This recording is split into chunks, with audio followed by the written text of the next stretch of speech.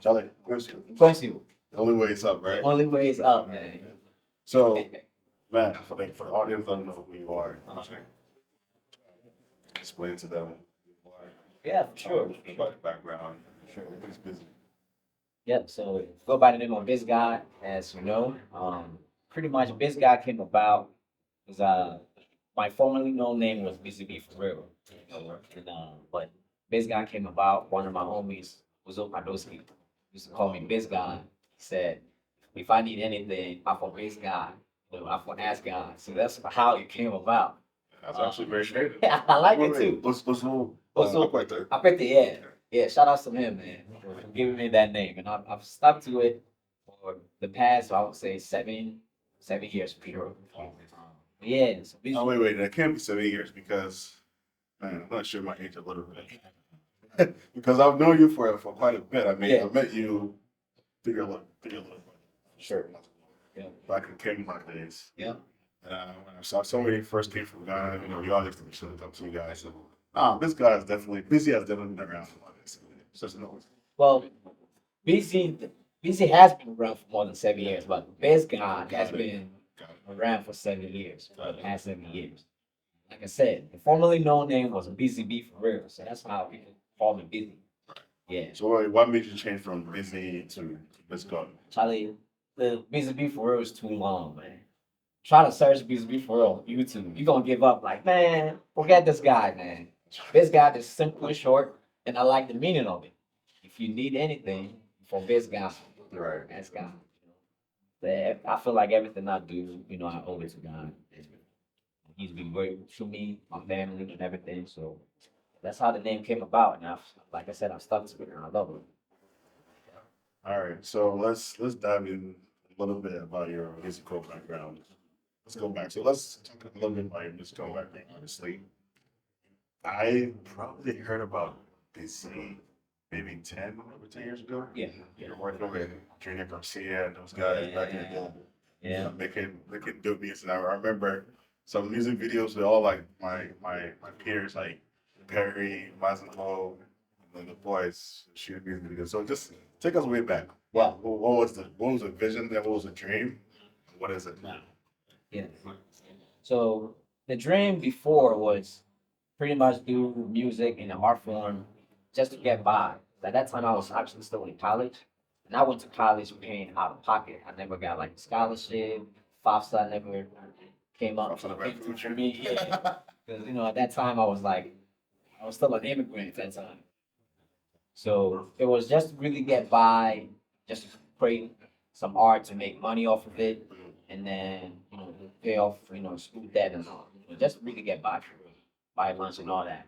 So I wasn't really deeper into it. But people gravitated to it. People Right. loved it.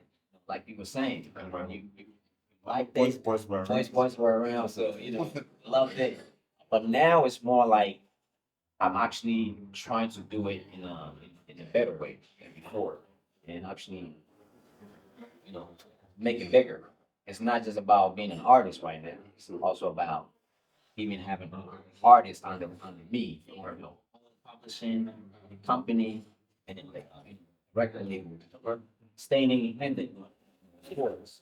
But if anybody want to invest, I'm not gonna So sign it away. But if Don Jazzy come and give you a $20,000 check, like, hey, my sorry. that's too small. That's too We small. need- Hey, how much you need? Let me holler at Don Jazzy. Let you have money. I need at least double digits in millions.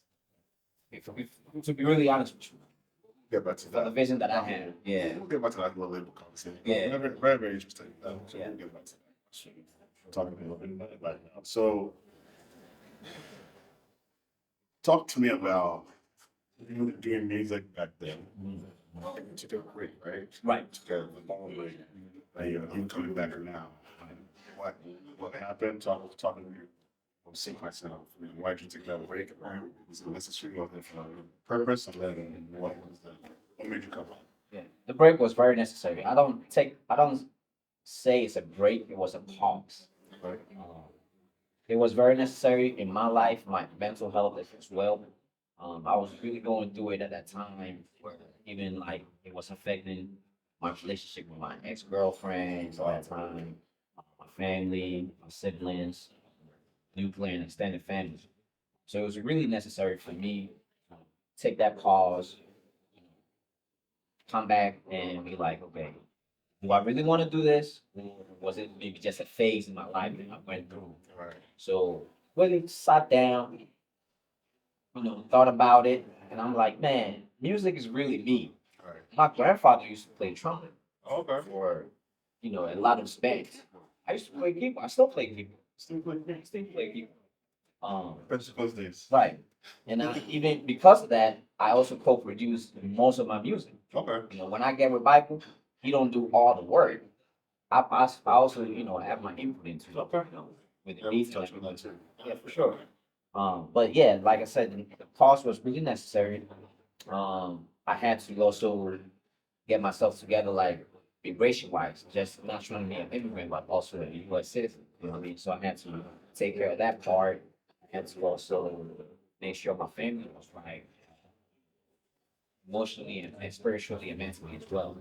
So, like I said, the pause was really needed. But when I sat down, took that whole 7 year pause, and then really study the game, especially the Afrobeat, Afro pop, like the whole Afro culture game. And I really studied it and was like, man, Ghana needs somebody that We need someone. we need someone. We need someone. We need someone. And I always voice it out. But I'm like, if I'm gonna talk about it, I might as well do something about it. You know what I mean? So with me coming into the game, the mindset is pretty much trying to be that one person that carries that torch for Ghana, but also not just carry it for myself, but also bring a whole lot of people along with me. That's why the label publishing comes to play. So, Makes sense. so that's really my vision. It's really not just about Bizgawd. It's about the whole Ghana music industry trying to be greater and better. Okay. Because when Nigerians doing it, they're doing it. We're doing big time, man. It's a good time. I mean, look at guys like Raymond. Yeah. I remember, I think he had a concert here about 3 years ago. Yes. I win. This guy. Yeah. But now, if he has a concert, I'm pulling up. That's course. He had a concert. I think it was cool, right? Yeah. I didn't pull up. Yeah. Nah, I was like, nah, it's not pulling up for any experience that I don't experience. So, but now I'm like, yo, the guys in India sell out shows. Yes. It's crazy. I mean, the revolution that Nigeria definitely has on African music and African music, it's definitely mind-boggling for sure. It is. It is. Afro Nation's happening this weekend. I mean, I looked at the headline artists. And I think Black Sharif is there. Yeah, I think so too. Is Burna Boy playing too? Right on. I mean, all the big shots except for Davido. Okay. Davido's not on this Miami one. I think Davido's going to the one in Detroit. Also happening next month. Wow. So Davido and Burna Boy headlining down. But look at it. I mean, none of our big shots, the big S's, the Samiri, Saka, Stone Boy, I think Stone Boy's maybe in Detroit. None of them are there. So Not even the Miami one? the only person that is there is Black. That's Sure. That's it. That's what I'm talking about. He got the torch right now. Yeah. And I respect him so much for that. Listen to what, so this is what I mean. It's like Ghanaian artists. Sometimes I feel like that's really Yeah. that needs to be done in order to hit that mainstream. Exactly. We have great musicians. I mean, big time musicians. But the difference between those who have already made it, so to say, and Black Sharif put up Pharrell's festival. Yeah. You were the first one. The first act that was there. Yeah. Well, when he was performing, before the people that was there. When he was done, it was about 500 people were watching the hotel room. Do you think Saka would put up an event and headline, be the first one to headline it? No, that's a problem. We have many of our artists who set up tours, canceled. I mean, Yes. Yes. Kitty was a big one. I mean, he came out there, he's singing that. Like, bro, you can book multi-city, multi-state tour, cancel. It happens quite a bit for an artist. So I think as a young upcoming artist like you, trying to build a brand, trying to build yourself, I think that's probably one of the key things that I would say. Hey, put in that work. Get noticed after you put in that work. Right. And that's what I really studied when I took that 7 year course, putting in that work, how to go about putting in that work, what type of avenues you have to create or even go through to put in that to be able to execute the work that you have to do. So, like you said, it's really important for our artists, whether up and coming or already made artists, to really put in that work. But I'm glad that your break, you've learned a lot from it. The best thing sometimes is just sit back, study the industry, or see what's going on. So, for sure, I'm glad that you did that. Thank you. Thank you. So, my question to you is that when you came up with that single, that really, well, I think a lot of people played out. I remember I was in the car with one of my friends, and he was playing. I'm like, wait, Which one? the first one that came out, the one that came out last year, Woman. Warming. Or the bedroom vibes, or which one? Warming. Woman. Okay, okay. I was playing in the car with one of my homies, and he was like, wait, Bobby produced this? We went to a church picnic and they played it. The Yeah. church picnic, all with the pastors, and I was jamming to it. So Wow. yeah, people actually enjoy that song. So tell me about the whole process, how you linked up with Bible, and how that song came to be. Yeah, it's funny, man, because Bible actually sent me the beat when I was actually at home, my wife that time. And I heard the beat, I'm like, man, the only hook I can come up with is this beat is Woman, Woman, Woman. I'm like, okay, what can I attach to Woman to make it like, really sound good? And then all of a sudden, I just sat down and I don't know what dawned on me. Something spiritually just dawned on me, like make this very nice spiritual song where everybody can really vibe to, whether you're a kid, you go to church, you don't go to church, Right. still can relate to it. So shout out to Bible for that, man. Because How did that link up? You and Bible. so Bible and I we've been making beats since I want to say 2018, Okay. just learning Fruity Loops Loops. and Pro Tools how to make beats and all that.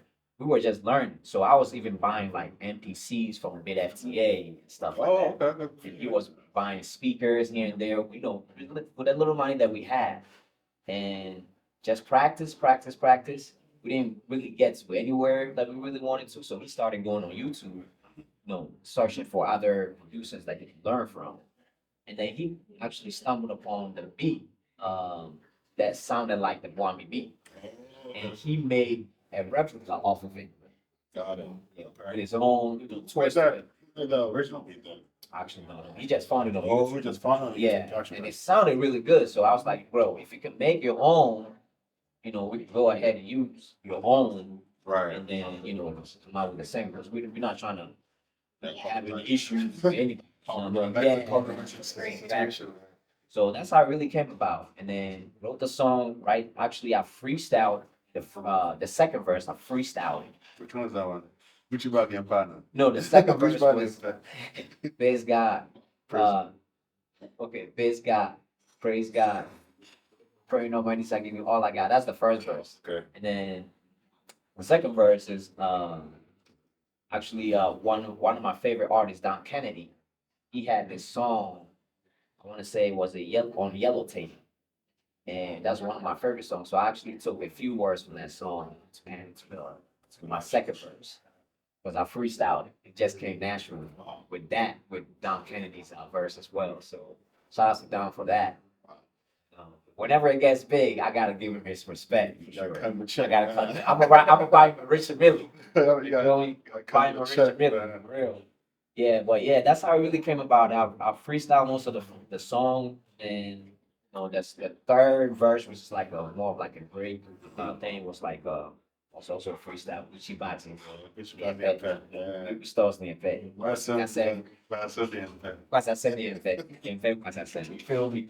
So, but yeah, man. So I'm really glad that people really love that song. Every time I really perform it, people are like, man, that song is powerful, man. It's powerful. Yeah, you can relate to it. I mean, it's very relatable from It is. except from the Christians to the non-Christians Thank you. to the clubbers and the non-clubbers. Non-clubbers, you know. Every time. Yeah, exactly. Okay. Then you shouldn't be, man. Thank you. Definitely. So let's talk about this new EP that's coming out. Yes. Yes, sir. Yes, sir. The only way is up. Only way is up. Only way, I think man. I've been hearing you say that phrase for a long time. Yes. Long time. The only way is up. So, Yeah. how did you come up with that title? The only way is up. Yep. And then let's talk a little bit about the album itself. What is on there? What is it that we're going to expect out of it? Like, what is your expectations yourself? Yeah. So the only way is up, like you said, I've been saying that phrase for a long time, probably like for the past 2 years. It came about because one of my friends had called me one time. He was being really negative, like, very like he was like down. He had no hope. So I've also heard stories about even the Ghana Music Association not paying Yeah. much in royalties. So, quick side story from that.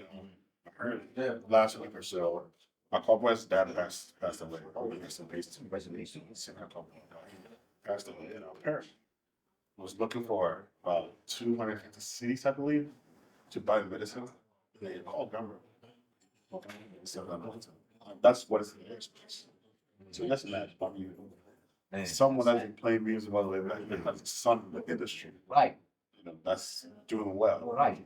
That, remix one of his old songs with his son, but even I've heard it. And he's asking for some royalty money. You can't even get it. That's how deep, that's how bad the whole entire royalty system is. I'm not going to fix that. I mean, how do you fix that? Well, I don't know how to fix it either, Yeah. but the Nigerians were also facing the same. That's why they decided to work with the labels here. Gotcha. If you actually listen to a lot of interviews, either from Davido or even Burna Boy, they will tell you like they were not getting a lot of royalties paid to them when their music was registered in Nigeria. But when it was registered in the USA, of course, the whole system here is actually they've designed it better than what we have in place in Africa. I don't know about South Africa though, but I can only speak for Ghana and Nigeria. So it's maybe trying to replicate the same system here and doing it over there may help. I really don't know the whole dynamics about it because I'm still a student of the game. But I would love to learn that because, like I said, if I'm going to open a label, I need to know all these specifics. For sure. So, yeah, that's one thing I would love to change, but I would need to know more about how to go about changing that. My second question is, so I think most of us are used to artists coming from back home, making it mainstream here. Even in the gospel industry too. I mean, most of them make it in Ghana and come here, whatever the case may be. I don't think I've ever heard of any artist who's made it in the United States first. Right. And then went back.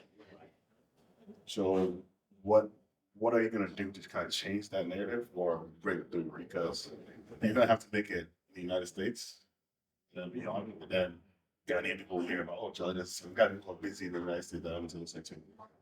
So how are you gonna, come that challenge? Well, if the UK artists can do it, then I can do it too. The UK artists, they do it. They get blown out in the UK before they even go back to Ghana. Like NSG, for instance. Yeah. NSG, they build their fan base in UK, but it's all about the people here also accepting it here. You know what I mean? The Africans here, not just the African Americans or Koreans or The white Africans here, Africans here gotta accept it. But like I said, they're not obligated to accept it. You have to make them. You have to be that odd one. Like, yo, man, this guy he really has something in him, so I'm gonna really support him. And I've heard a lot of people say once you can make it in the United States, made it, right? Once your music hits here, and then when you get a crowd in here coming to your shows, you made it. That's true. Even artists in UK sometimes grow up in UK, come here and say, Exactly.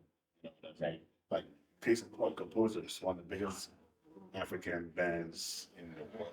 Shout out to those guys. I mean, they've done it. They've paved the great way. They'll have a sold out big time show in the UK, and they're now trying to penetrate Yeah. So I think once they're able to do that, it's getting Exactly. they can have a show like they do in the UK and Ghana. Oh yes. It's getting moving. So I think strategizing and trying to figure out a way to break into that market. The only way is up. And the only way is up. And it's also about how you market yourself, because you can set your marketing where in a different demographic area where you know once you keep doing those type of marketing with that demographic, and the algorithm changes, for The you. algorithm.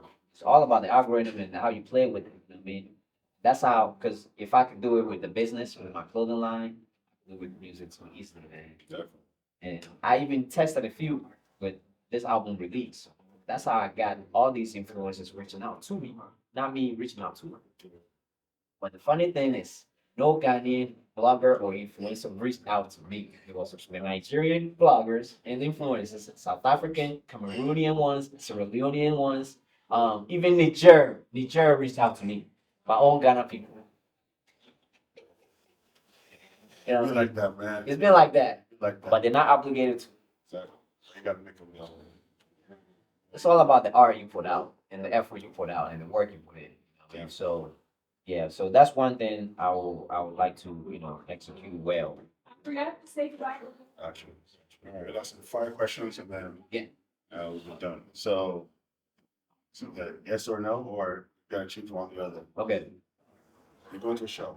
So let's Gotta shoot waters from out here.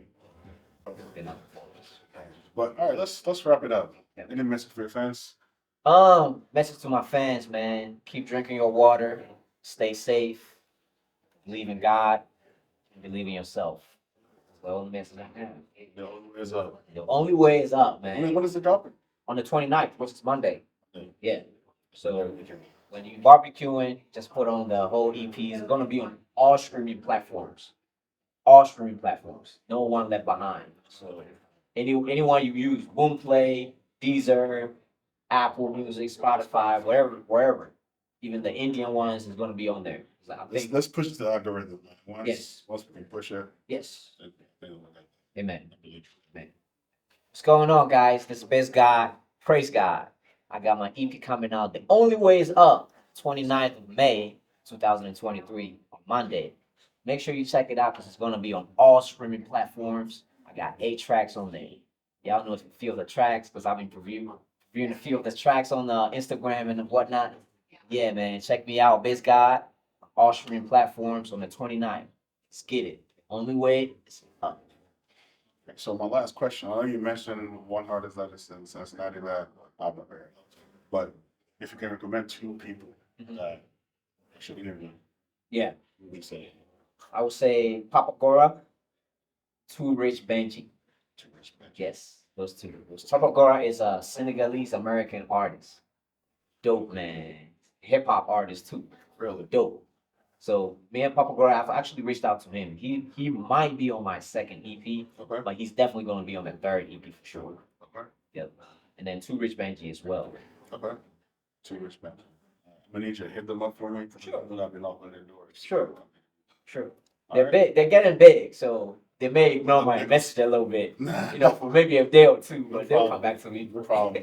We'll knock on their doors. Shout out to Ways them, up. man.